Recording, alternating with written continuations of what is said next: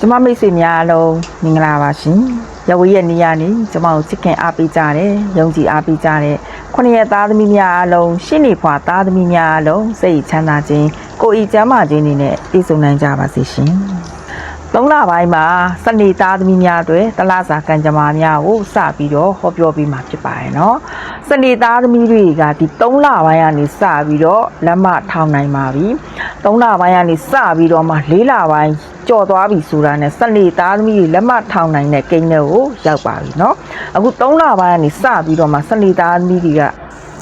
ကံမြင့်နေကိုချီးနှီးပြီးတော့ဝင်ရောက်လာပါပြီစနေသားသမီးများကမိမိတို့လုပ်ငန်းနဲ့ပတ်သက်ပြီးတော့အလင်းအညံ့အရှိန်အဟုန်ကောင်းစွာနဲ့တိုးတက်ပြီးတော့အောင်မြင်စွာနဲ့ရရှိမဲ့ကာလတစ်ခုဖြစ်ပါတယ်အဲ့တော့ဝန်ထမ်းဖြစ်တယ်ဆိုလို့ရှိရင်ယာဒူးကြီးကြီးမားမားရရှိတတ်ပါတယ်လစာတိုးမြင့်ခြင်းတွေခံရတတ်ပါတယ်စနေသားသမီးများဒီကာလမှာပရိသတ်လုပ်ငန်းများလုပ်ကင်ရတဲ့လို့သူများအကျိုးလိုလားစွာနဲ့ကောင်းမွန်သောစိတ်ထားလေးနဲ့ပို့ပြီးတော့ကူညီပေးတတ်တာကိုလည်းတွေ့မြင်ရတတ်ပါတယ်အဲ့တော့ပြောရမယ်ဆိုရင်စနေသားသမီးများဒီကာလမှာမေတ္တာတရားကိုလက်ကင်ထားတဲ့ကာလတစ်ခုဖြစ်ပါတယ်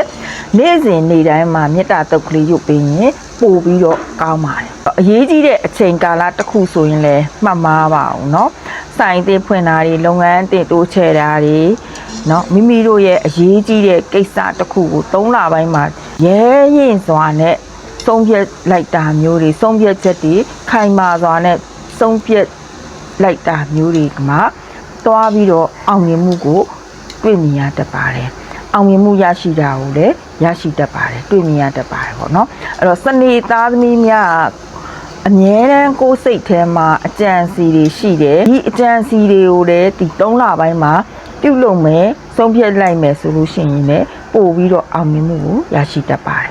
ပြောချင်တာကတော့လုပ်ငန်းတွေထူထောင်တာဆိုင်တွေဖွင့်တာမျိုးတွေစက်တူလုပ်ငန်းတွေစတင်အကောင့်တွေဖော်မယ်ဆိုလို့ရှိရင်3လပိုင်းကနေစပြီးတော့လုပ်မယ်ဆိုရင်အောင်မြင်မှုရရှိတတ်ပါတယ်ရဲရဲလုပ်ပါအခုက3လပိုင်းမှာဒီစနေသားသမီးတွေက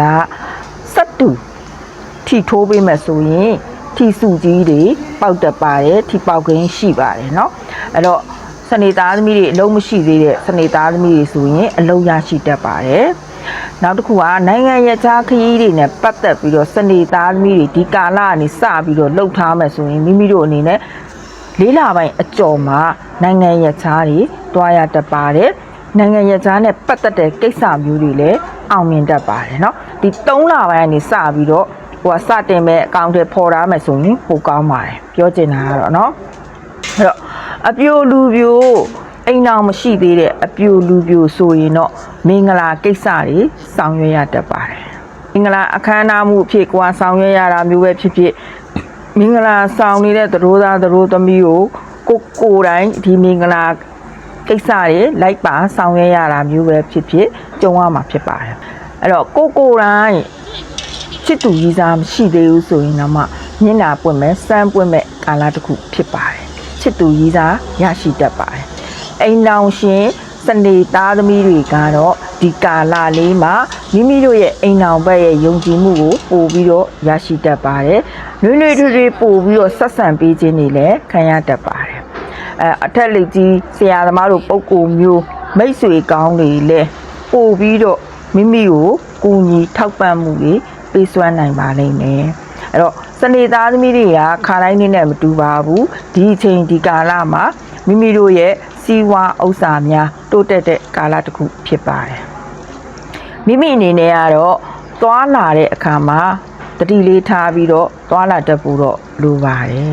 ပြောချင်တာကတော့မိမိအနေနဲ့တောင်ဘက်အရက်နဲ့အနောက်တောင်ရက်ကိုခရီးလုံးဝမသွားပါနဲ့ခေါင်းပေးအိတ်တာမျိုးတွေမလုပ်ပါနဲ့အနက်ရောင်နဲ့အဝါရောင်ကိုရှောင်ပေးပါနောက်တစ်ခုကဗုဒ္ဓဘူးသားသမီးအင်္ဂါသားသမီးနဲ့ပတ်သက်ပြီးတော့မှစိတ်ညစ်ရမယ်စိတ်တော့ကရောက်မှာဒီကာလလေးမှာဗုဒ္ဓဘူးသားသမီးအင်္ဂါသားသမီးနဲ့ပတ်သက်ပြီးတော့စက်တူလုပ်ငန်းလုပ်တာမျိုးတွေစာချုပ်စာတမ်းလက်မှတ်ရေးထိုးတာမျိုးတွေနောက်တစ်ခုရွှေကိစ္စတွေเนาะကားကိစ္စ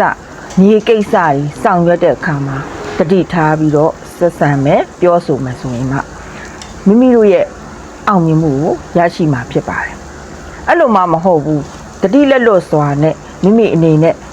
ဆောင်ရွက်လိုက်မယ်ဆိုလို့ရှိရင်တော့ဆုံးရှုံးမှုတွေဖြစ်ပွားတတ်ပါတယ်အဲ့တော့စဘူးသားသမီးအင်္ဂါသားသမီးကိုအထူးဂရုစိုက်ဖို့လိုအပ်ပါတယ်ဒီကာလမှာစနေသားသမီးတွေကအနက်ရောင်လုံးဝမဝတ်ပါနဲ့